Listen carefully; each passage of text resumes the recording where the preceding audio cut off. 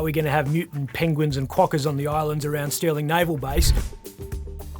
Nor is it the first time the Americans have been confused about who leads Australia. Defamation is an expensive business, even for someone earning 370 grand a year. Nuclear-powered subs coming to Garden Island. Yeah, no wonder Mark McGowan was looking at homes in Mount Lawley. Rocco is about to go nuclear. Australia's new generation of submarines will be nuclear-powered, and they'll spend much of their time at Garden Island. We're ditching the original subs contract with the French in favour of the Americans, who are feeling on top of their game after their most recent international security success. The deal was announced at a press conference with US President Joe Biden, who was full of praise for his good mate and partner in peace. What's his name?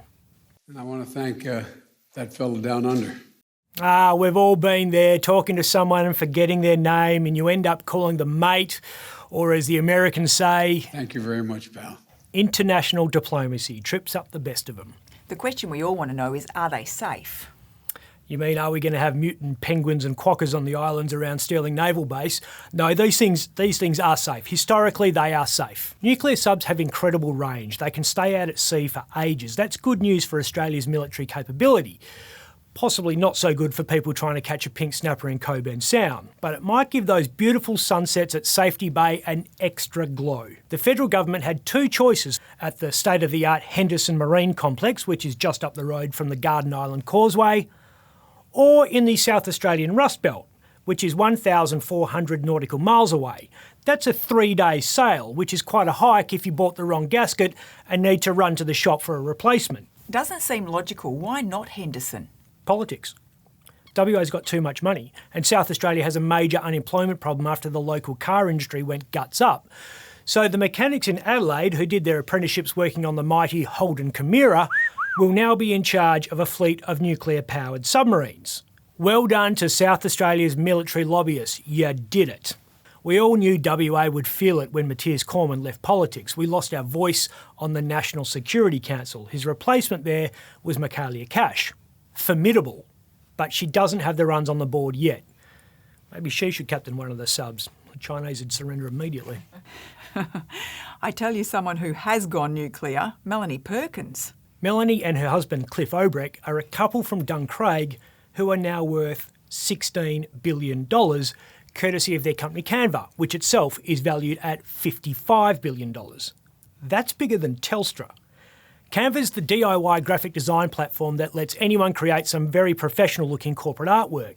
They started out with an idea for an online tool that let anyone create a high school yearbook. That was back in 2007 when Cliff was a relief teacher and Melanie was trying to make ends meet by doing things like being a tattoo artist. Things really got moving in 2010 when they met US venture capitalist Bill Tai, who happened to be in WA kite surfing, which apparently is a thing in Silicon Valley. When Bill got interested, Wall Street got interested. They stayed interested even though Canva has never made any money. It's got 60 million monthly users, 2,000 employees, and it's on track to make $1 billion in revenue. But revenue is not profit. Its last financial report, that was back in 2019, showed it lost $44 million. That's common for tech startups because the heavy investing in early days to get the company off the ground costs a lot. So where does the $55 billion come from? Canva's a private company. It's not traded every day like, say, BHP or Rio Tinto. So we don't know what its shares are worth until they do something like issue new stock to raise money. Canva just raised $200 million. Investors were willing to pay double what they paid 5 months ago to get more stock.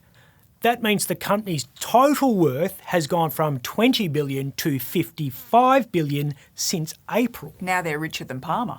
Yep, they are. And they've pledged to do a Twiggy and give it all away. It's great. But it's not like they have $16 billion in cash just to throw around. Their riches are a bit of a mirage. It's difficult for the people who invent companies to realise their actual wealth. Take Twiggy. His shares in FMG are worth $20 billion or something like that. If he started selling all his stock, what happens to Fortescue's share price? Dun dun. Yeah. People start thinking, hang on, if the guy who created the company is trying to get out, there must be something wrong. And the share price goes down. Mel and Cliff are in the same boat. Although they could still afford to help Christian Porter pay those legal bills. Yeah, it's not a bad boat to be in. He's under investigation by the Prime Minister after he told us a mystery benefactor had helped pay his legal bills from that defamation action against the ABC. What has been put in various forms, in allegations, simply did not happen. Defamation is an expensive business, even for someone earning $370,000 a year. The ABC said it had spent nearly $800,000 defending itself, and Porter was said to be in the hole for $1 million. So who paid? There were rumours that it was Twiggy or Gina. Even Nev Power, the former Fortescue boss, was in the frame. They all denied it. Porter wasn't exactly hosing down the rumours about having a billionaire benefactor. When he was asked about it back in May, he said, "The defamation action is a private legal matter and it is not funded by taxpayers." Not exactly a denial. Far from it. This week, Porter updated his register of interest. This is a public record of what MPs own and who they owe money to. It's there to ensure we know if they owe someone a financial favour. Porter declared, "Part contribution to the payment of my fees by a blind trust known as the Legal Services Trust. As a potential beneficiary, I have no access to information about the conduct and funding of the trust." So he has a secret guardian angel. Yep. So secret that Porter's saying he not only doesn't know who they are, but has no way of ever finding out. So he really wouldn't know. I mean, how is that possible? Well, he'd have his suspicions. But the person who contributed the money to the trust is essentially anonymous. Trusts are common. They're used by grandparents who want to help out with the kids' school fees, for example, but everyone usually knows who the person stumping up the money is.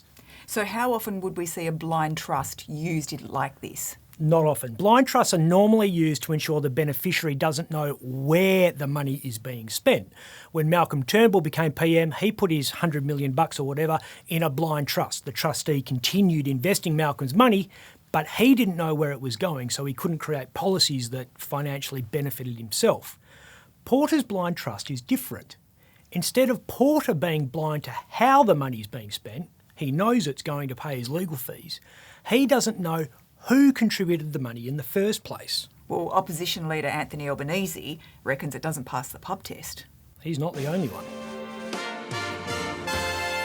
Yes, it sounds a bit sus to me. I'd be questioning who was paying my legal fees, that's for sure.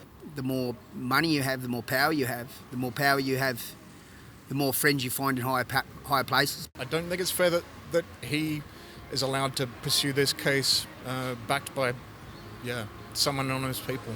Ask yourself this. Who owes Christian Porter a favour and has money to burn? There was a strong rumour it was Clive Palmer because of the support Porter gave Palmer in that High Court border challenge that we all hate. I asked Palmer's spin doctors whether they helped Porter on May 5, May 6 and May 10. Each time they refused to comment. Who else then? Could be a consortium of people who all chipped in, friends and family. This guy's Liberal Party royalty, remember. His old man Chiller was a Liberal power broker for years, and Christian was fated as a future Prime Minister. Or it could be people with less altruistic intentions. He was the WA Treasurer for 2 years. He knows intimate details of the price sensitivity of our iron ore and natural gas companies. He was Australia's Attorney General, our first law officer. He sat alongside Matthias Cormann on the National Security Council, that's Australia's war room. He's been on the inside of Five Eyes security briefings, that's Australia's major spy network. He knows every serious counterintelligence surveillance operation. He probably knows a bit about that nuclear subs deal. I'm Ben Harvey. For more Up Late, click the subscribe button below.